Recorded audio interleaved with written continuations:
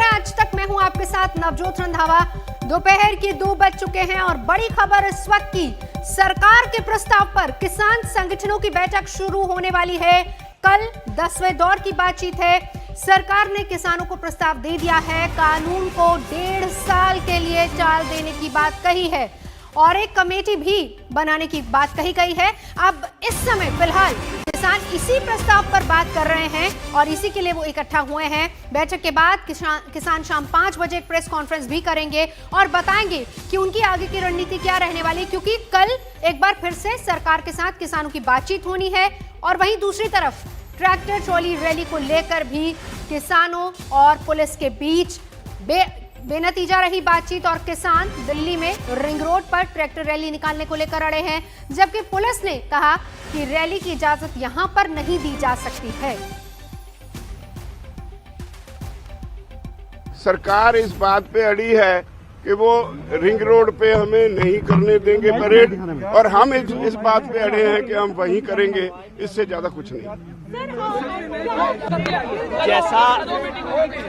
जैसा राज्यपाल जी ने कहा, सरकार इस मीटिंग में इस जिद पर कायम है कि आप 26 जनवरी को कुछ भी करेंगे, दिल्ली के अंदर आके आप परेड नहीं कर सकते। और हमने स्पष्ट कर दिया है कि देश भर से जो किसान आ रहे हैं वो 26 जनवरी को गणतंत्र की इज्जत बनाने को, तिरंगे की शान बढ़ाने को, अपनी राष्ट्रीय राजधानी के अंदर आकर ही परेड करेंगे। ये हमने स्पष्ट कर दिया है। टकराव की स्थिति नहीं है। मुझे पूरा विश्वास है कि सरकार को सद्बुद्धि आएगी और हम दिल्ली के अंदर आके अपना गणतंत्र दिवस की इज्जत बढ़ाने के लिए ये जो परेड करना चाहते हैं ये कर पाएंगे, मुझे विश्वास है। हाँ, मीटिंग तो करनी पड़ेगी इसके बाद। शुक्रिया। देखिए, हम अपनी बात कह रहे हैं कि हमें आउटर रिंग रोड परेड करने के लिए गवर्नमेंट का ये है कि हम आउटर रिंग रोड, क्योंकि सिक्योरिटी का जरूरत है। मैं थोड़ा पीछे रख लो, कैमरा पीछे रख लो, तुम्हारा आ जाएगा, सबका आ जाएगा 26 जनवरी का। इसलिए हमने उनको बोला है कि ठीक है, वो नहीं देते तो हम अपना करेंगे वहीं, आप सोच लीजिए कि हम देखते हैं कि दिल्ली के अंदर कुछ रूप बनता है तो बना के, यानी सीधे तौर पर कहें कि वो अनुमति नहीं दे रहे। अगला एक्शन प्लान क्या रहने वाला है? जिस तरह से वो कह रहे हैं कि आप आउटर रिंग रोड पर नहीं, अगला एक्शन प्लान है हमारा, परेड होगा दिल्ली के अंदर ही। सीधा चलेंगे, मेरे 2 सहयोगी इस वक्त हमारे साथ जुड़ चुके हैं। हिमांशु मेरे सहयोगी सिंगू से जुड़ चुके हैं, गाजीपुर से कुमार कुणाल मेरे साथ है। सबसे पहले सिंगू, आपके पास आना चाहूंगी। हिमांशु मिश्रा, सिंगू बॉर्डर पर आप हैं, वहीं पर जहां अभी किसानों की बैठक शुरू होने वाली है, क्या हलचल वहां से? देखिए, किसान यहां से जो मीटिंग करके गए, इसके अलावा जो कल जो सरकार का प्रपोजल आया है उस पे दोनों मुद्दों पे उनकी बैठक होनी है। इसके पहले किसान जो यहां आए थे वो भी अब पहुंच चुके हैं सिंगू बॉर्डर और सारे किसान आपस में अब बैठ के बात करेंगे। एक सबसे पहले जो यहां पर जो पॉइंट है कि क्या जो सरकार ने प्रस्ताव दिया है उस पे कितने लोग राजी होते हैं या उस पे क्या एक मत निकल करके आ पाता है किसानों का, क्योंकि ये बहुत बड़ा पॉइंट है कि क्या एक मत हो पाते हैं सभी लोग। और सरकार अब निगाह लगा के बैठी हुई है, वो इंतजार कर रही है कि किसान लोग क्या निष्कर्ष निकालते हैं, क्या बातचीत का नतीजा निकलता है, उसके बाद सरकार को इनको इन्फॉर्म करेंगे। दूसरी चीज, जो गतिरोध ट्रैक्टर रैली को लेकर के 26 जनवरी की चल रही है, वो गतिरोध भी अभी ऐसे ही बना हुआ है। किसान लोग यहाँ पर जो पहुंचे थे, पुलिस ने उनके सामने 3 ऑप्शन रखे थे कि या तो आप के बाहर कर लीजिए, दिल्ली के बाहर जो पूरा है हम वहां पर सुरक्षा प्रोवाइड कर देंगे, वो पूरा इलाका आप इस्तेमाल कर सकते हैं जो केएमपी एक्सप्रेसवे है, या फिलहाल आप 26 जनवरी की सुरक्षा को ध्यान में रख के उसको रद्द कर सकते हैं, या कुछ किसानों का छोटा छोटा जत्था हो जिनका हर एक की जानकारी हो और वो कई जगह निर्धारित करके वहां पर एक एरिया में इसको किया जा सकता है। लेकिन किसान जो बाहर निकले मीटिंग से करके, तो उनका ये साफ तौर पर कहना था, चाहे योगेंद्र यादव हो या युद्धवीर जी हो, सभी लोग का यही कहना था कि आउटर रिंग रोड पे वो अपनी रैली निकालना चाहते हैं। आगे बातचीत का रास्ता खुला हुआ है, ऐसा किसान कह के गए हैं, लेकिन किस तरीके से ये निष्कर्ष क्या निकलेगा ये अभी साफ नहीं हो पा रहा, इस बातचीत जो अभी तक हुई है। बिल्कुल हिमांशु, लौटती हूं आपके पास। कुमार कुणाल मेरे साथ जुड़ चुके हैं गाजीपुर में, क्योंकि राकेश टिकैत ने तो क्लियर कह दिया था कि देखिए रैली तो हम निकालेंगे, और आज जिस तरीके से सज धज कर वो आए थे उससे तेवर भी साफ है कि आगे क्या कुछ किसान करने वाले हैं। तो क्या लग रहा है, किस तरीके से अब 26 तारीख को रणनीति किसानों की बनेगी? देखिए, टकराव तो साफ दिखाई पड़ रहा है नवजोत कि किसान इस बात से कम पर मानने को तैयार नहीं है कि दिल्ली वो कूच करेंगे। दिल्ली में एंट्री निश्चित है। कह रहे हैं पुलिस रास्ता निकाल करके दे, किस रास्ते पर जाना है, कैसे जाना है, सहयोग करने को तैयार किसान भी हैं, उनके वॉलंटियर भी हैं। तमाम लोग साथ मिलकर के रैली को सफल बनाने में हिस्सेदार हो, कोई विघ्न नहीं आएगी, ऐसा कहना है। लेकिन यहाँ किसान जो हैं वो क्या कर रहे हैं? पुलिस कह रही है दिल्ली में आप एंट्री नहीं करो, बाहर कर लो, यूपी में कर लो ट्रैक्टर रैली। क्या लगता है? हम तो दिल्ली के लिए ही आए हैं और दिल्ली के लिए ही 3 लाख ट्रैक्टर चल दिए हैं। वो यहाँ पे पहुंच जाएंगे और सबको जो है दिल्ली में एंट्री देनी पड़ेगी, पुलिस को एंट्री देनी पड़ेगी। लेकिन बात ये भी है ना कि अगर उस दिन 26 जनवरी की परेड है, सेना की परेड है, तो एक व्यवस्था के हिसाब से होना चाहिए। नहीं, व्यवस्था हमारी रहेगी, शांतिपूर्ण तरीके से रहेगा। हमारा कोई ऐसा थोड़ा ही है दिल्ली प्रदर्शन करना, हमें दिल्ली अपना परेड करनी है, करेंगे हम। सरकार परेड कर रही है, हम भी करेंगे, हम भी तो शामिल हैं उसमें। तो यहाँ से बात जो निकल के आ रही है नवजोत, वो यही है कि सरकार की परेड में उनको कोई भी दखल नहीं देना है। अपनी परेड है, रूट अलग है, दिशा अलग है। सिर्फ पुलिस को अपनी जिद छोड़नी है कि हमें वो मंजूरी दे, हम भी शांतिपूर्वक परेड करना चाहते हैं। सहयोग, सहायता सब कुछ यहाँ से मिलेगा। लेकिन इस बात पर टिके हुए हैं कि दिल्ली जाएंगे और दिल्ली की सड़कों पर ही परेड हो। यही बात वो कह रहे हैं कि दिल्ली जाने के लिए ही आए हैं। अब देखिए, बड़ी बात यहाँ पर हिमांशु ये भी है कि किसानों ने कहा कि अगर हम ट्रैक्टर रैली निकालेंगे तो उसमें न सिर्फ किसानों का झंडा होगा बल्कि साथ ही साथ तिरंगा झंडा भी होगा। तो ऐसे में किसी तरह की आपत्ति नहीं होनी चाहिए। और जो क्लॉज जो तमाम पॉइंटर्स किसानों की तरफ से दिए गए हैं पुलिस को, उसमें कुछ चीजें ये भी शामिल हैं कि आउटर रिंग रोड पर होगी, किसी तरह की कोई खलल नहीं होगा, जो परेड राजपथ पर चल रही होगी उसमें, और जब वो परेड खत्म होगी तब किसानों की वहां से परेड शुरू होगी। हिमांशु, देखिए, ये जो पूरा इलाका है नवजोत, ये आउटर रिंग रोड का ये 50 किलोमीटर से लंबा पूरा स्ट्रेच है। और जिस तरीके की सुरक्षा 26 जनवरी को होती है, पुलिस वही समझाने की कोशिश कर रही है। इसीलिए यहाँ पर देखिए, जो एक स्पेशल सीपी रैंक का अफसर जो लॉ एंड ऑर्डर दिल्ली का संभालते हैं वो पहुंचे हुए थे, और एक स्पेशल सीपी जो इंटेलिजेंस है वो यहाँ पर पहुंचे हुए थे। 26 जनवरी को लेकर के किस तरीके के थ्रेट परसेप्शन होते हैं, किस तरीके की थ्रेट कॉल्स होती हैं, उसके बारे में कितनी सुरक्षा की जरूरत होती है, बॉर्डर्स पे कैसे चेक्स बढ़ाए जाते हैं, वो पिछले साल के भी जो लगातार सिक्योरिटी के जो इंतजाम रहे उसके बारे में बताया गया। ये समझाने की कोशिश की जा रही है कि 26 जनवरी पर दिल्ली पुलिस का एक बड़ा जो अमला है वो लगातार राजपथ और आसपास की सिक्योरिटी में और बॉर्डर्स की सुरक्षा में बिजी रहता है। ऐसे में अगर किसान इतनी बड़ी संख्या में दिल्ली में एंटर करते हैं और ये स्ट्रेच इतना लंबा है जो आउटर रिंग रोड का है, उनको कंट्रोल करने के लिए फोर्स एक तो नहीं हो पाएगी, दूसरा लॉ एंड ऑर्डर की सिचुएशन के बारे में कुछ भी नहीं कहा जा सकता है। तो पुलिस यही समझाने की कोशिश कर रही है कि या तो आप अपने परेड को दिल्ली के बाहर रख ले, क्योंकि दिल्ली में 26 जनवरी के दिन कई सारी चीजें होती हैं, कई सारी दिक्कत होती है, फोर्स अलग बिजी होती है।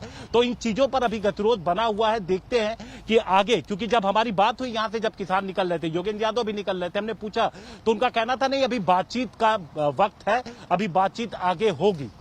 बिल्कुल जी, चलिए बातचीत जारी है फिलहाल। लेकिन 26 जनवरी को किसान अड़े हैं ट्रैक्टर रैली को लेकर और ट्रैफिक पुलिस ने अपनी दलीलें दी हैं। दोनों आप नजर बनाए रखिए।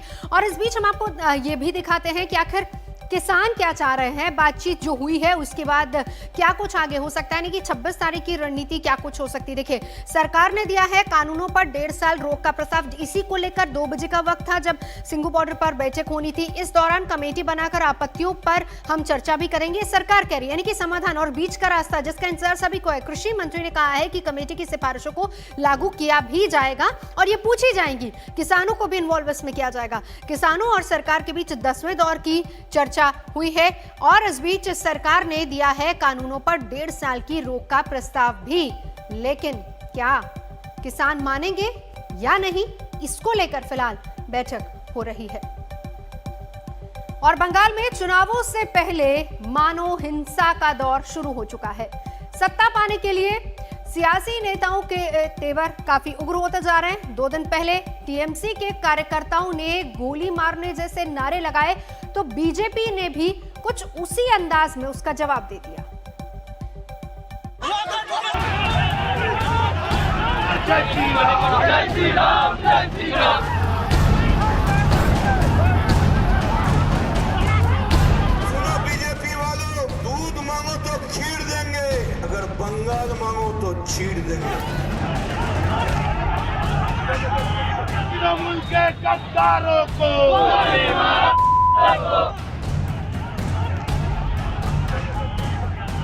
सियासत का ये सबसे घिनौना चेहरा है। जहां बात विकास की होनी चाहिए थी, वहां सियासी फायरिंग शुरू हो गई है। कोई माँ का लाल पैदा नहीं हुआ जो ममता से टकराएगा। जहां सरकार को मुद्दों पर घेरा जाना चाहिए था, वहां बदले की कसम खाई जा रही है। तृणमूल के गद्दारों को बंगाल की सियासत में इन दिनों हिंसा का बोलबाला है।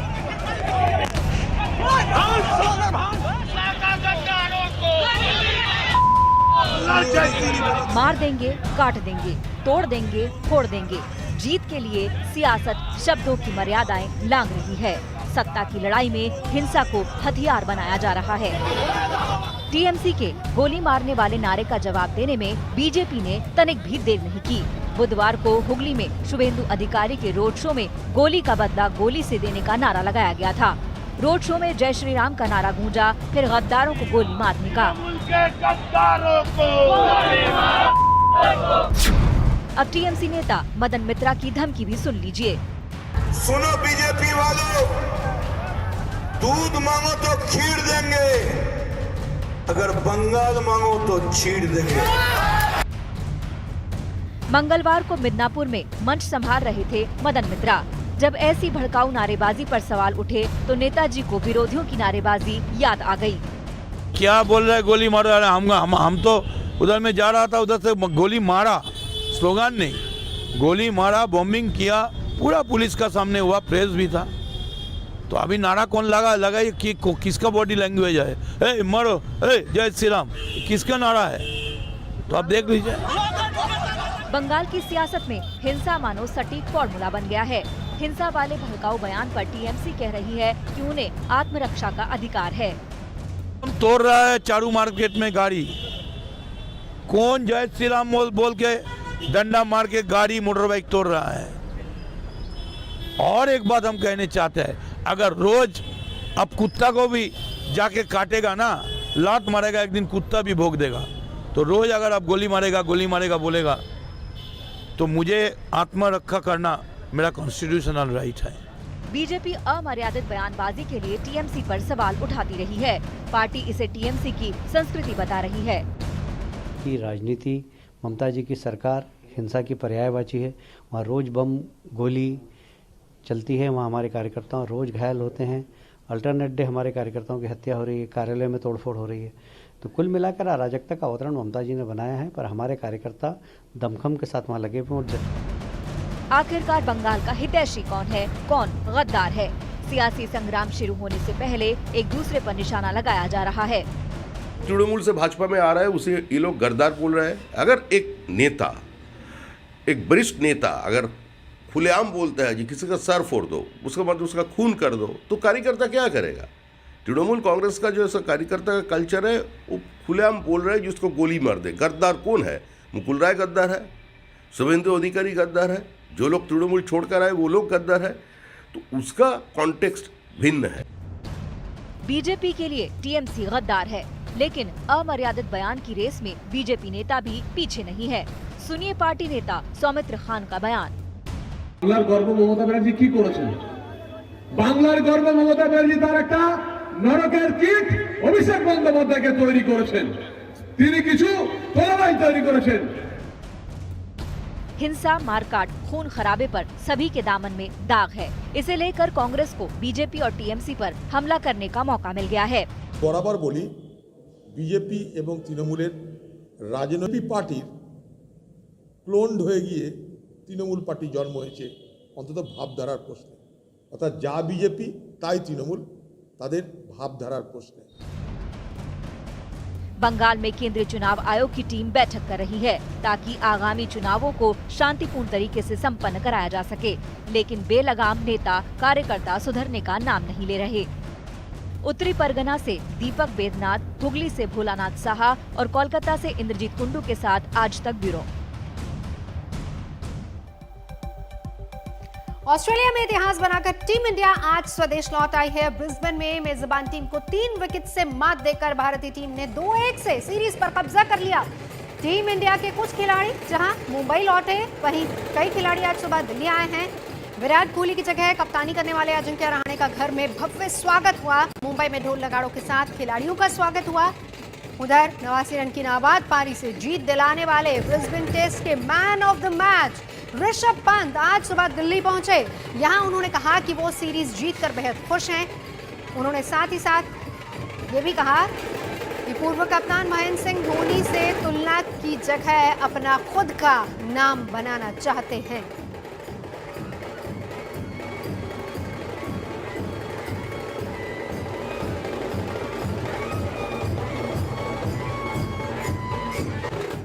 तो तस्वीरें टीम इंडिया घर लौटी, जोरदार स्वागत टीम इंडिया का।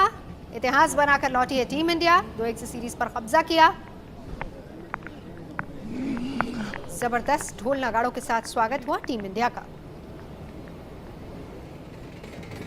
3 तस्वीरें, ढोल नगाड़े, मिठाइयां खिलाई जा रही हैं, पुष्प वर्षा हो रही है। स्वागत टीम इंडिया का। जीत के बाद घर लौटी टीम इंडिया और ढोल नगाड़ों के साथ स्वागत जीत के बाद जब टीम इंडिया घर लौटी किस तरीके से। और ऋषभ पंत की घर की तस्वीरें भी हम आपको दिखा रहे हैं, वो भी इस तरीके से वहां पर भी उनका स्वागत हुआ। 3 तस्वीरें, जीत के बाद लौटी टीम इंडिया, ढोल नगाड़ों से स्वागत,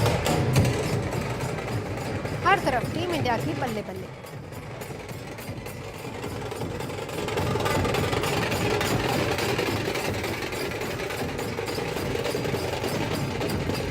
इतिहास बनाकर लौटी है टीम इंडिया ऑस्ट्रेलिया से और उसी की तस्वीरें, पुष्प वर्षा हो रही है, ढोल नगाड़े हैं, ढोल नगाड़ों के साथ रहाणे का स्वागत हो रहा है। और देखिए किस तरीके से परिवार के साथ स्वागत टीम इंडिया के खिलाड़ियों का।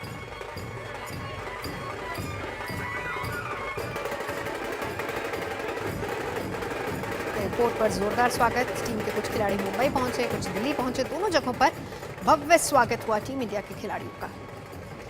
परिवार के बीच फूलों के साथ, ढोल नगाड़ों के साथ स्वागत टीम इंडिया का। जीत के बाद क्योंकि लौटी है वतन टीम इंडिया, कहीं ढोल नगाड़े बज रहे हैं, कहीं मिठाइयाँ खिलाई जा रही हैं। जोश में लोग भी और जोश में टीम इंडिया के खिलाड़ी भी, क्योंकि ऑस्ट्रेलिया में इतिहास बनाकर लौटी है team India.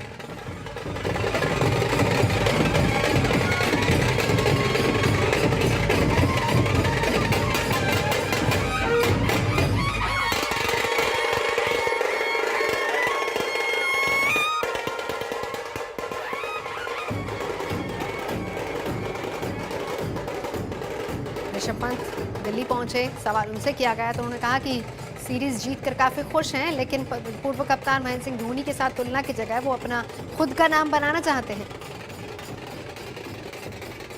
I'm amazed that we are so happy that we retained the trophy. The whole team. I think the whole team is very happy the way we played the series, and everyone is so happy right now. You've been compared, you have finished the match with a 4 and you've been compared to former Indian team captain MS Dhoni. How does that feel?